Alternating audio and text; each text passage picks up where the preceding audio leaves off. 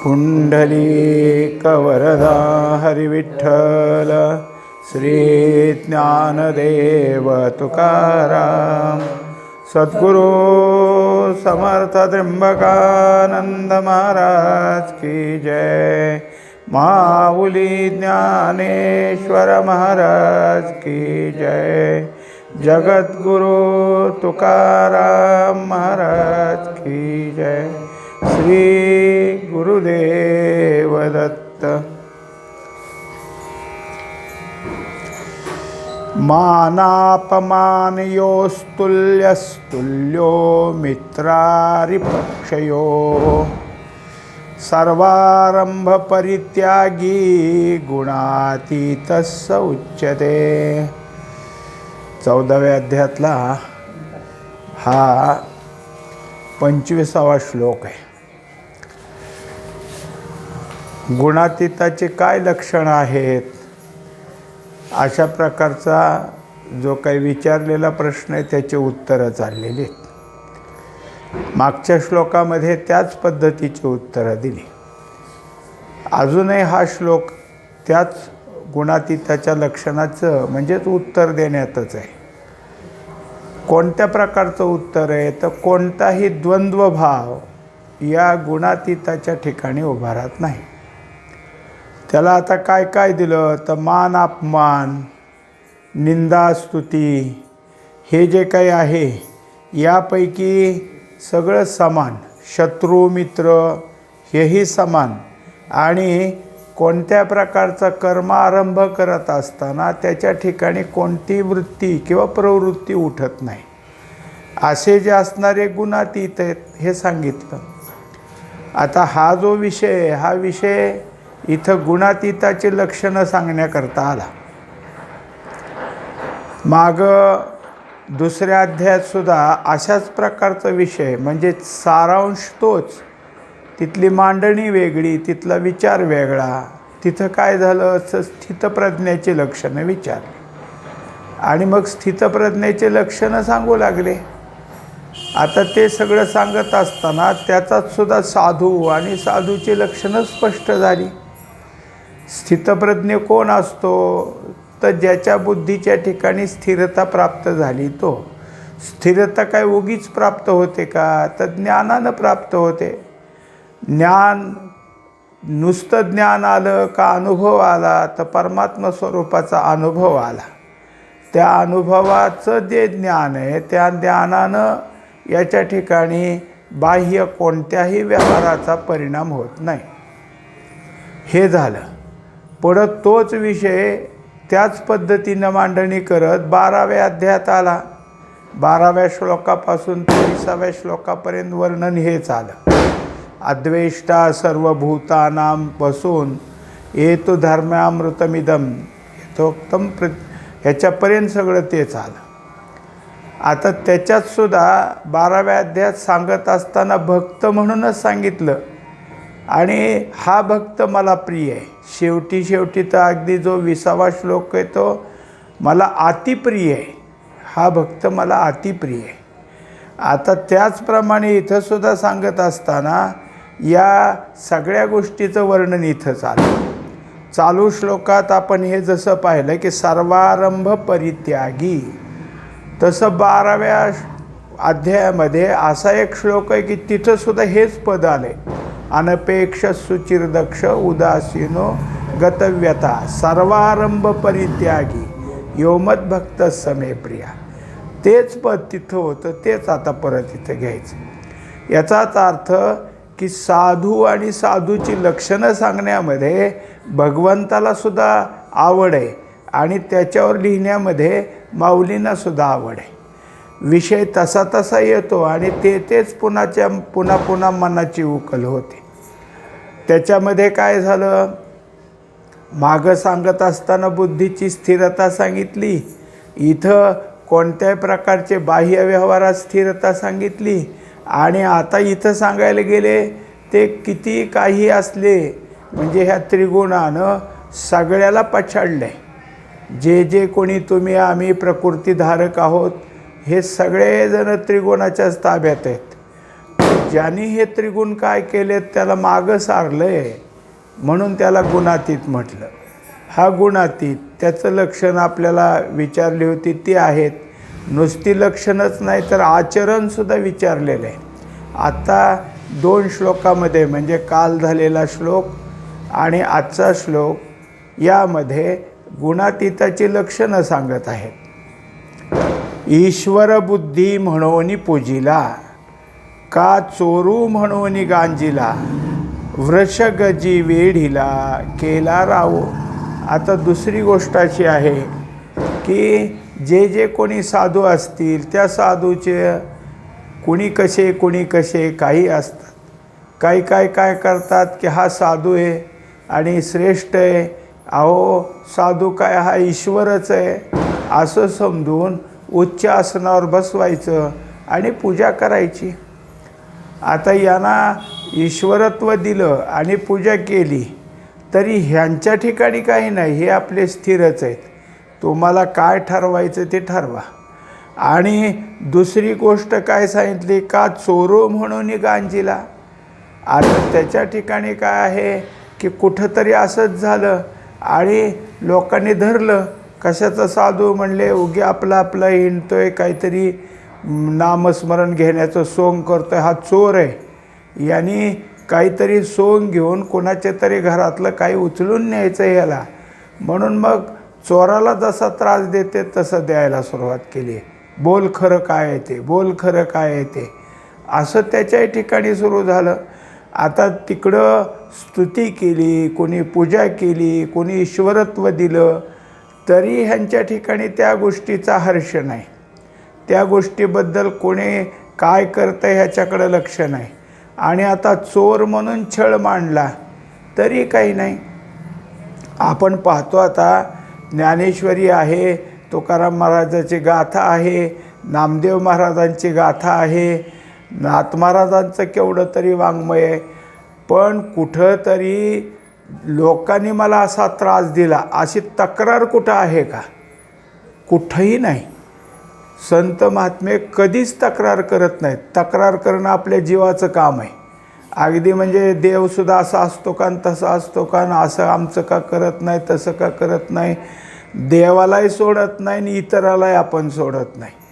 तक्रार आणि नुसतं नाही की आम्हाला आमचं काय आहे. वास्तविक पाहता शास्त्र असं सांगतं की प्रत्येक मनुष्य जन्माला आला आहे तो प्रारब्ध घेऊन आला आहे. त्याच्या कर्म आणि त्या कर्माची फळं त्याला मिळणार आहेत, त्याला वेगळं काही नाही. आणि त्याच्यातून तो प्रयत्न करून काय करील तर रजगुण आणि तमगुण बाजूला काढून सत्वगुणातील म्हणजे परमार्थी होईल. मग त्यातनं सुटल, तोपर्यंत तो त्यातनं सुटत नाही. तरीसुद्धा आता सगळीकडे एक असंच निघालं की आमचा हक्क काय आणि ते आम्हाला हक्क मिळाला पाहिजे. हक्कासाठी जरी झटला आणखीन ते हक्कही प्राप्त झाले तर तुझ्या ठिकाणी ते नसेलच तर काय करतो, तुझ्या प्रारब्धात त्या प्रकारचा भोगच नाही तर हक्क प्राप्त झाले तरी त्या भोगाला दुसरंच कोणीतरी उचलून नेईल. म्हणजे काय झालं की ज्या गोष्टी आपल्या ठिकाणी ईश्वराच्या स्वरूपानं असो किंवा चोराच्या स्वरूपानं असो, की हे सगळं वरकरणी जी माणसं आज चोर म्हणून गांजतात ते माणसं कदाचित उद्या अहो ह्याला काही केलं तर काही नाही करत, मग हा असला पाहिजे खरा साधू, आता करा पूजा. म्हणजे असं जरी केलं तरी त्यांच्या कुठल्याही गोष्टीकडे यांचं काही नाही. दुसरी गोष्ट काय की वृषगजी वेढीला केला राहो. आता काय आहे की काही वेळेला काय होतं की प्रसंग असतात. एक ठिकाणी काय झालं की त्या नगरीचा राजा मृत झाला आणि त्याला कोणीच नव्हतं पुढं वारस. मग आता कोण राजावर बसवायचं, कोणीतरी बसवलं पाहिजे असं समजून काय केलं, मग आता युक्ती केली. हत्तीच्या सोंडेत माळ दिली आणि ज्याच्या गळ्यात तो माळ घालील हत्ती तो राजा. आता ज्यांना अपेक्षा होती ते हत्तीच्या पुढं जायचे, हत्ती त्यांना ओलांडून निघून जायचा, त्यांच्या काही गळ्यात घातली नाही. आणि असेच एक साधू आणि ते निघालेले. मग त्यांनी काय केलं, आपल्याला काय करायचं म्हणले इथं, हे काही असो ह्यांचं, त्यांना काही कळालं नाही असं नाही, पण मुद्दाम तिथून दुसरीकडे रस्ता धरला निघाला. हत्ती फिरून त्यांच्या पुढे गेला आणि त्यांच्या गळ्यात माळ घातली. आता ह्यांना राजेसाहेब म्हणून त्यांनी सगळ्यांनी काय केलं की जय जयकार करायला सुरुवात केली. आता ते म्हणले मी संन्याशी, मला काही कशाची अपेक्षा नाही आणि राज्यावर बसून काय करायचं. मग त्यांनीच सांगितलं की मला नका राजा करू तुम्ही, कारण माझं या ठिकाणी चित्त लागणार नाही, मी इथं थांबणार नाही, मला माझं जे काही असेल तेच माझं आहे, तुम्ही आणखीन कोणाला तरी शोधा. या हत्तीने जरी माझ्या गळ्यात माळ घातली असली तरी मला तुमचं राजेपद नको. म्हणजे जे या सगळ्यापासून दूर असतात त्यांना ह्यातलं काहीच नसतं. त्याच्याकरता त्यांनी सांगितलं मान आणि अपमान या दोन्ही गोष्टी ज्यांच्याजवळ समच आहेत त्यांना त्यातलं काही नाही. मान काय आहे काय ना अपमान काय आहे हे सगळं कुणीकडं बघून चाललं आहे, तर वरचं सगळं बघितलं आहे आणि वरच्या लक्षणाकडं पाहतात आणि त्याच्यातून ते ठरवतात. वृषग्रजी वेडीला केला राहो. आणि मग हत्ती असो किंवा बैल असो, काही जरी झालं तरी त्याच्यातून याला राजेपद येण्याचा जरी काही प्रकार झाला, राजेपद जरी दिलं गेलं तरी राजेपणाचं यांच्या ठिकाणी सुख नसतं. का सुरदपासी आले अथवा वैरीवर पडे झाले, परी नेणे राती पहाले तेज जेवी. आता ज्याप्रमाणे कुणी अत्यंत प्रिय असा जवळ येऊन थांबला आणि दुसरे कोण होते, वैरीच, म्हणजे जे आता प्रिय आहेत ते काय असतात की ह्याच्या हिताचं पाहतात, याला कशाची गरज आहे काय आहे तिकडं लक्ष जातं आणि मग काय असेल तसं पुरवठा केला जातो. आणि दुसरे जे असतात ते कसे आहेत, तर त्यांच्या ठिकाणी याला त्रासच द्यायचा आहे, वैरीच आहे तो. मग वैरभावानं याच्या ठिकाणी जे जे काही करता येईल ते जसं वरचं सांगितलं ना चोरू म्हणून गांजीला, तसं वैरीसुद्धा छळायलाच आला आहे. मग यांना दोन्ही काही नाही. एक सांगतात एक गृहस्थ असेच होते, त्यांना संसारात काही करमत नसायचं, नको नको झालं आणि मग आपलं घरी काय करायचं, त्यांनी जाऊ का मी, मला संन्यास घ्यायचा आहे, जाऊ का मी, मला संन्यास घ्यायचा आहे, नेहमी म्हणायचं. एकदा त्यागानं त्यांची बायको म्हणली जा एकदाचं निघा, आणि हे लगेच निघाले. आता ह्यांचं मनच लागत नव्हतं आणि तिचा एक तर त्यागाने बोलली का सरळ बोलली ह्याचं काही नाही, ते निघाले. पण यांचं संन्यासत्व जे होतं ते अंतरंगी होतं, यांना काही वरून संन्यासाचे पोशाख करायची काही गरज नव्हती.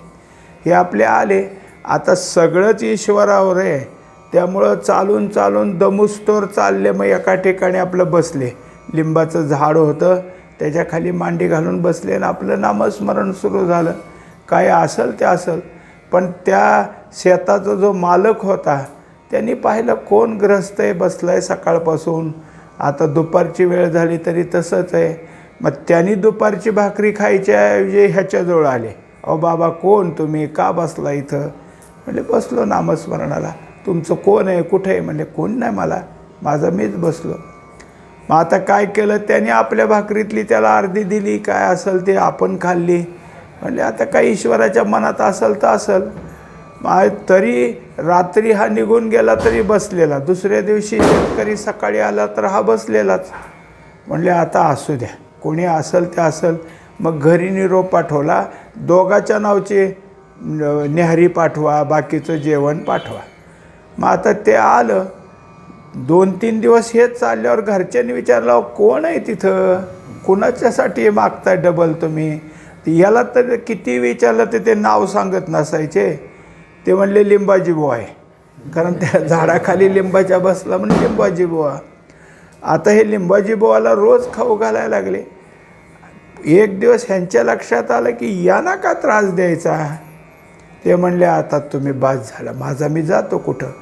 यांनी जाऊच दिलं नाही, तुम्ही जायचं नाही, तुम्ही इथंच थांबा. आम्ही आपलं 2 घास देतोय, मग आमच्या घरात आहे म्हणून देतोय, तुम्ही काय मागताय का? राहिले. आता यांना काय त्यात नकार देऊन तरी जायचं काही कारण नाही ना आग्रहाचंही काही कारण नाही. पण पुढं काय झालं, चौकशी करता करता ह्यांच्या घरी कळालं आणि मालक कुठे आहेत त्याचा पत्ता आला. आणि मग ह्या आल्या, त्यांची पत्नी तिथं आली. असं कुठं असतं का ना असं काही. ते येऊन बसला. ते म्हणले मला यायचं नाही, मला घर नाही, मला काही नाही, माझी इच्छा नाही, तुझी तू जा आणि तू काय असेल ते तू घर मुलं तुमची तुम्ही राहा. ते म्हणजे तुम्ही नाही येत तर मी पण राहते. त्यांना राहू नको. पण त्यांना वाटलं किती राहायची, अशी राहिली तरी 1 दिवस राहील, 2 दिवस राहील आणि शेवटी घराच्या ओढीने निघून जाईल. पण ही राहिली. आता त्याला तिघंच आणावं लागायला लागलं. म्हणले ते म्हणले आणखीन एक आलं आहे. एकंदरीत काय आहे, देणारे असतात, त्याच्याबद्दलचं काय आहे ते आहे. पण शेवटी काय झालं, त्या बाई निघून गेल्या. हे काय कुठे गेले नाहीत. पण एक दिवस त्या शेतकऱ्याला विनंती केली की मला आता जाऊ द्या, माझं जे काय असेल ते तुम्ही दिलं, ठीक आहे, आता मला कुठं काय मिळेल ते मिळेल, माझं बघेन मी. हा जो काही आहे त्यांच्या ठिकाणी काय आहे की प्रियत्वही लाभतील, म्हणजे ज्यांचा संबंध नाही पण सुहृदत आहे, अंतःकरणातला जो भाव आहे त्यांनी ह्यांच्यासाठी ईश्वर भाव निर्माण करून सगळं काही दिलं. आणि दुसरे कोणी असते तर कोण रे कुठला बसला म्हणून मारहाण केली असती. हे दोन्ही जसं वर सांगितलं आहे तशाच प्रकारची होवी की जे दोन्ही झालं तरी ज्यांच्या ठिकाणी काही नाही. दुसरं काय आहे, परी नेणे राती पाहाले तेजी जेवी. आता एकंदरीत रात्र आहे आणि पहाटे उजाडले. हे जसं 2 भाग वेगवेगळे आहेत, पण सूर्याच्या ठिकाणी हे काय, सूर्याला सगळं समानच आहे. साही ऋतू येता आकाशे लिंपिजेची ना जैसे तेवी वैषम्य मानसे जाणी जेना. आता या सगळ्यामध्ये जसं आकाशात 6 ऋतू असतात, पहिल्या वसंत ऋतूपासून सगळे जे ऋतू आहेत ते पुन्हा ह्याच्यापर्यंत फिरतच असतात. मग या सगळ्यामध्ये कोणताही ऋतू आला, वसंत येऊ द्या, वर्षा येऊ द्या, ग्रीष्म येऊ द्या, शरद येऊ द्या, आणखीन जे काही असतील हेमंत ऋतू, दुसरे सगळेच ऋतू तिथं आले. आकाशात काय फरक आहे, आकाश ऋतुमानानं बाहेरच्या वातावरणात फरक पडतो, आकाशात काही फरक पडत नाही. आकाश जसं आहे तसं यांच्या ठिकाणी विषमता नाही, म्हणजे वैषम्य भाव ज्याला म्हणतात ते नाही. याचं कारण आहे या सगळ्याच्या पाठीमागं ज्ञान आहे. आणि ज्ञान कोणाचं आहे, परमात्म्याचं आहे. की जो आत्मा माझ्या ठिकाणी आहे तो ज्ञानपूर्ण आहे आणि त्याच्या ठिकाणी जे जे काही आहे ते सगळं स्वयंपूर्ण आहे. आत्म्याला जसं कोणालाच काही कोणापासून काही गरज नाही, कोणाचा आधार घ्यायची गरज नाही आणि कोणत्या प्रकारचं काही कमी पडत नाही. मग माझं स्वरूपच ते, तेव्हा मला ह्या बाहेरच्या गोष्टीची अपेक्षा काय, काही नाही. याच्यातलं दुसरं जे काही आहे ज्याला द्वंद्व म्हणायचं, त्या द्वंद्वामध्ये एक प्रकार आपल्याला आवडीचा असतो आणि दुसरा प्रकार नावडीचा असतो. मग दोन्ही असलं तर याला विषमता म्हणायचं. ही विषमता यांच्याजवळ अजिबात राहिलेली नाही. आणि काही एकू पाही आचारू तयाच्या ठाई तरी व्यापाराशी नाही झाले दिसे. आता यांच्या ठिकाणी कोणत्या प्रकारचं जर आचरण सुरू झालं आणि त्या आचरणात कोणताही एखादा व्यापार, याचा अर्थ इंद्रियाचा व्यवहार, इंद्रियाचा व्यवहार काही करायची वेळ आली, हे त्यालाही काही नकार देत नाहीत. एखाद्याने काय केलं की हे करा आमचं काम, एवढं आमचं काम करा असं जरी सांगितलं तरी ते काही नाही म्हणणार नाहीत. त्याचं ते काम करायला तयार. मी कोण, तू कोण, मला कशाला हे काम सांगतो, काही नाही. एक साधू होते आणि त्यांनी काय करायचं की कोणी जे असेल त्याला मित्र म्हणायचं, तो माझा मित्र आहे. आणि मग त्यांनी काय काम सांगितलं की मित्राचं काम करायचं नाही, मग कोणाचं करायचं.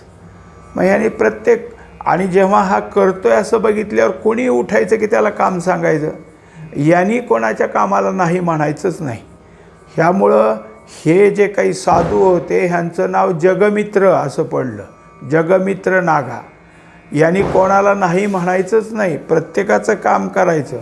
मग त्या प्रत्येक होत असलेल्या कर्माला व्यापार असं नाव आलं. मग हा व्यापार करत असताना, हे कर्म करत असताना, व्यापार म्हणजे इंद्रियांचा, यांच्या ठिकाणी नकार द्यायचं काहीच नाही. मग मित्र म्हणल्यानंतर मित्रासाठी जे करायचं आहे ते करणार आहेत. तसं यांच्या ठिकाणी अर्थात काय असतं की काहीच करायचं नाही, कोणत्याच प्रकारचा त्यांच्या ठिकाणी जर परिणामाचा भावच नाही, तर मग दुसऱ्याच्या कामाचा तरी भाव कसा उमटेल. पण तेही काही नाही, कारण जे कोणी असतील त्यांच्याकडं पाहत असताना भगवंताचं व्यापकत्व त्यांच्या लक्षात येतं. म्हणून जो आपल्याला काम सांगतोय तो एक भगवंताचाच अंश आहे, आणि त्याच्या अंशातून त्याच्या देहाद्वारे आपल्याला जर हे करायला सांगितलं जातं, एक प्रकार ही भगवंताची सेवा आहे. सर्वारंभा उटकले प्रवृत्तीचे तेथ मावळे, जळती गा कर्मफळे ते तो आगी. आता ते सांगतात, जसं वर पाहिलं आपण की सर्वारंभ परित्यागी, आरंभाचा त्याग, असं जे काही आहे याच्यात काय आहे, महत्त्वाची एक गोष्ट आहे की सगळीकडं असं पाहिलं जातं की कोणतंही कर्म करायचं असेल, कर्माची सुरुवात होत असेल, काय मिळणार आहे ह्याच्यापासून, मगच ते कर्म केलं जातं. कुणी काही असो, प्रत्येक कर्म करणारा मनुष्य इच्छा धरूनच कर्माची सुरुवात करतो. बरं, त्यांनी काही नाही ठरवलं तरी जे जाणारे येणारे रस्त्याने असतात, कशा करता हे काय ह्याच्यापासून, म्हणजे प्रत्येकजण त्याच्या ठिकाणी काय आहे, अपेक्षा काय आहे, कशासाठी कर्म करतो हे पाहिलं जातं. आता त्यांच्याजवळ कोणत्या प्रकारच्या अपेक्षा नाहीत, त्यामुळं कोणत्या कर्मफळासाठी ह्यांनी कर्म करायला सुरुवात केली असं तर नाहीच नाही. आणि त्याच्याही पुढं जाऊन जर कर्मफळ मिळालंच तर ते कर्मफळ त्यांच्याकडून काय त्यागभावाने जातात, म्हणजे त्याचा त्याग आहे. अर्थात सकामता अजिबात नाही, निष्काम भावनेनं जे काय होईल ते होईल. मग प्रत्येक गोष्ट निष्काम भावनेनं चालते. निष्काम निश्चल विठ्ठली विश्वास, पाहो नये आस अनेकाची किंवा वास अनेकाची, म्हणजे दुसऱ्याच्याबद्दल किंवा कर्माबद्दल अपेक्षाच काही नाही. आणि जे कर्मफळ आहे त्या कर्मफळाबद्दल मनुष्याच्या ठिकाणी पुन्हा परिणाम जागे होतात. जर आपल्याला आवडेल असं जर कर्माचं फळ प्राप्त झालं तर काय करतो आपण, पुन्हा असं मिळालं पाहिजे असा निश्चय करतो. म्हणजे कर्म करत असताना एक काय आहे, आमच्याकडं एक फलांश आहे, म्हणजे त्याचं फल भोगतो आम्ही, आणि दुसरा जो आहे तो स्मरणांश आहे, म्हणजे स्मरणात ठेवलं जातं. आज आपण कोणी पहा, 10 वर्षापूर्वी 15 वर्षापूर्वी कुणाच्या घरी काही खाल्लेलं असलं तरी आत्ता आठवतं, त्याची चवसुद्धा लक्षात ठेवली, पाहिलेल्याची आठवण ठेवली, कुठं काय ऐकलं होतं हे सगळं कुठं ठेवलं आहे, हे सगळे त्याचे अंशच आहेत, आम्ही स्मरणांश आहेत. आणि मग त्या स्मरणांशाप्रमाणे आता सगळी तुलना चालते आमची, ते कसं ना आताचं कसं. यांच्याजवळ तसलं काही नाही, त्याचे स्मरणांशही नाहीत आणि फलांशही नाहीत. मी हे भोगतो हेच त्यांच्या ध्यानीमनी नाही. अशामुळं काय होतं की काही नाही, तुकोबाराय असं काय आहे, गेले एका गावात, आणि त्या गावात गेल्यानंतर तिथं ज्यांच्याकडे गेले ते त्यांचे टाळकरीच. आणि मग त्यांना इतका आनंद झाला की गावात सगळीकडं म्हणजे तुकोबाराय आले चला दर्शनाला, तुकोबाराय आले चला दर्शनाला, हे घरोघरी सांगत चालला. आणि हे माझा नवरा ह्या तुकोबासाठी जातो रोज रात्री कीर्तनाला, त्याच्या बायकोला त्याचा होता राग, म्हणून तिने काय केलं, हुडकून काढले कडू भोपळे आणि त्याची भाजी केली. म्हणजे आमचा नवरा बाहेर गेला म्हणजे त्याला परत यायचं कळत नाही, तुम्ही जेवण करून घ्या. ते म्हणले येऊ द्या, नाही तुम्ही जेवा. आणि तुकोबारायानं घास खाल्ल्याबरोबर लक्षात आलं की हेने मुद्दाम मला बसवलं आहे, ते येत नाहीत, तुम्ही खाऊन घ्या. आता म्हणलं खायचंच, म्हणजे त्या जिभेला हे कडू आहे हे नकार भाव करावं असं काही नाही, आहे तर बघ खायचंच. या सगळ्या गोष्टी ज्यांच्या ठिकाणी आहेत त्यांच्या ठिकाणी इंद्रियात भेद नाही, मग अंतःकरणात भेद नाही आणि अभेदरूपीचं ज्ञान असल्यामुळं बाहेरच्या व्यवहारातही भेद नाही, कर्मफळाची अपेक्षा नाही. द्रष्टा द्रष्टाचेनी नावे भावोच जीवी नुगवे सेवी सेवी जे का स्वभावे पैठे होय. आता त्याच्या पुढं हे जसं आत्ता सांगितलं की कर्मारंभाची प्रवृत्ती नाही, कर्मफळाविषयी आसक्ती नाही, मग प्रारब्धाने काही दिलं तर दृष्ट आणि अदृष्ट, दृष्टफल काय आहे ना अदृष्टफल काय आहे. म्हणजे काही समोरच आहे. समजा काय झालं की एकाचं जेवायला आमंत्रण आलं आणि तिथं गेलं तर आता काय नाही कशाला त्याचं आमंत्रण गेलं तर पक्वान्न होतं. मग हे दृष्टफळ आहे, त्याने बोलावलं आपण गेलो, आता त्याने बोलावलं आहे आमंत्रित आहे तर जा. आणि अदृष्टफल म्हणजे घरामध्ये काही स्वयंपाक केला आणि जेवायला बसायचं, पण कुणीतरी आलं सांगायला की बाबा तो आमची फार अडचण आहे तेवढी मदतीला चला. मग हे जेवायला बसायच्या आधी गेला मदतीला, मला एवढं करून येऊ, दिवसभर तिकडेच थांबावं लागलं, काही खायला मिळालं नाही. हे काय आहे, अदृष्टाने दिलेलं फळ आहे. दोन्ही जरी झालं तरी त्याच्या ठिकाणी यातलं काही नाही. मग दृष्टफळामध्ये काही प्राप्तव्य असो किंवा अदृष्टफळाचं काही येऊ, मग याच्यामध्ये काही सुखाचं वाटो किंवा दुःखाचं वाटो, हे दोन्ही जरी आलं तरी हे प्रारब्धाचं फळ आहे असं समजून त्याच्याकडं लक्ष नाही. प्रारब्धात तुला काय करून घ्यायचं आहे ते कर, मला काय भोगायला द्यायचं आहे ते भोग, मी ते भोगायला तयार आहे, असं ज्याच्या स्वभावाच्या ठिकाणी झालं. आता त्याच्यात यातलं द्वंद्व काही नाही, कारण आपण सगळी द्वंद्वच पाहत आलो आहे. दृष्टफळामध्ये चांगल्या प्रकारचं आपल्याला प्राप्तव्य झालं आहे ह्याचंही काही नाही आणि त्रासदायक झालं आहे ह्याचंही काही नाही. दोन्ही असेल ते भोगून निघायचं. हे जर भोगलंच नाही, असं एक उदाहरण सांगतात की दोन मजूर एका मालकाच्यात कामाला होते आणि त्याची शेती थोडी दूर होती, 1-1.5 किलोमीटर.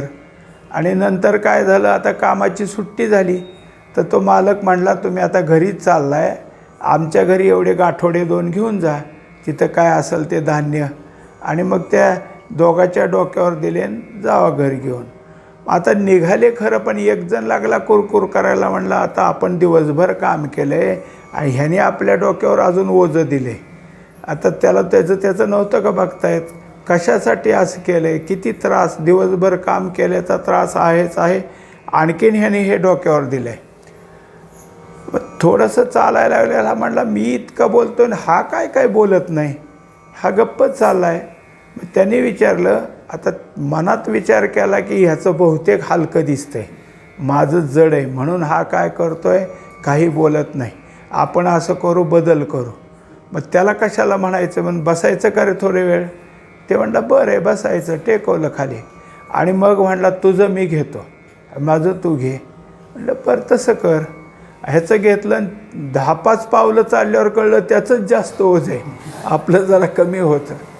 मग म्हटलं अरे का रे, तुझं एवढं ओझं असतानासुद्धा मी कितीतरी बोलत होतो तू एक शब्दही बोलत नव्हता. ते म्हणलं हे बघ, तिथं निहून दिल्याशिवाय तर भाग नाही, काय करायचं कुरकुर करून, आलं आहे डोक्यावर तर निहून द्यायचं आहे. कुरकुर केली तरी न्यावं लागेल, नाही केली तरी न्यावं लागेल. तसं हे काही जरी झालं, दुःख मानलं तरी दृष्ट किंवा अदृष्ट फळ आपल्यापुढं आहेच आणि नाही दुःख मानलं तरी हे आहेच. हे ज्यांच्या ठिकाणी परिपूर्ण समज आहे ते अशा तऱ्हेचे असतात. सुखे ना शिणे पाशानुका जेने माने तैसी सांडी मांडी मने वर्जिली असे. एकंदरीत काही जरी झालं तर दगडाच्या ठिकाणी काही परिणाम होतात का, आमकं केलं म्हणजे दगड काय आहे सुखी झाला, काय नाही रस्त्यावरचा दगड होता, कोणाला काय वाटलं काय की त्याला पाणी घातलं, त्याला गंध लावलं, तर त्या दगडाला काहीच वाटायचं नाही. ह्याचं सगळं झालं तर काही अजून त्याच्यावर कुत्रे लघुशंका करतील पायवर करून, त्याला काहीच नाही ह्याचं. म्हणजे दगडाच्या ठिकाणी सुख किंवा शीण हे दोन्ही जसं नाही तसं कोणत्या प्रकारची जे काही असेल यांच्याकडून होत असलेली घडामोड, त्या घडामोडीचा ह्यांच्या मनाच्या ठिकाणी काही परिणाम नाही. कित्येक साधू आहेत की ते आपल्या साधू वृत्तीच्या ठिकाणी असून काही ना काही नाहीतरी त्यांना करावं लागतं. अगदी स्थिर राहिलेत असं नाही किंवा काहीच काम नाही असं नाही. मग काम काही पुढं आलं तर ते करावं लागतं. साधू वृत्ती आहे, पण ह्यांनी सोडलं नाही, कशानं अद्रष्टाने सोडलं नाही आणि त्यांच्याकडून काही ना काहीतरी करून घ्यायचं ठरवलं तरी यांच्या मनाच्या ठिकाणी काही नाही. मग ही जी घडामोड आहे ते घडामोड मी करत नसून माझं कर्म आहे आणि माझं कर्म हे सगळं करतं आहे असा त्यांच्या ठिकाणी काय आहे, विचार आहे. आता किती हाची विस्तारू, जाणे ऐसा आचारू, जया तोची साचारू गुणाती तू. अशा तऱ्हेनं हे सगळे वर्णनं झाली. ह्याच गुणातीत आहे ही लक्षणं कळाली. गुणाते अतिक्रमणे घडे उपाये जेणे, तो आता ऐक म्हणे श्रीकृष्ण नाथू. आता गुणातीताचं लक्षण झालं. आता ह्याने गुण कसे आकळले, गुणावर अतिक्रमण कसं केलं आहे, गुणाला आपल्याजवळ येऊ दिलं नाही किंवा परिणाम होऊ दिला नाही, हे कसं आहे ते पुढच्या श्लोकात सांगत आहेत. पुंडलिक वरदा हरी विठ्ठल श्री ज्ञानदेव तुकाराम सद्गुरू समर्थ त्र्यंबकानंद महाराज की, माऊली ज्ञानेश्वर महाराज की जय. श्री गुरुदेव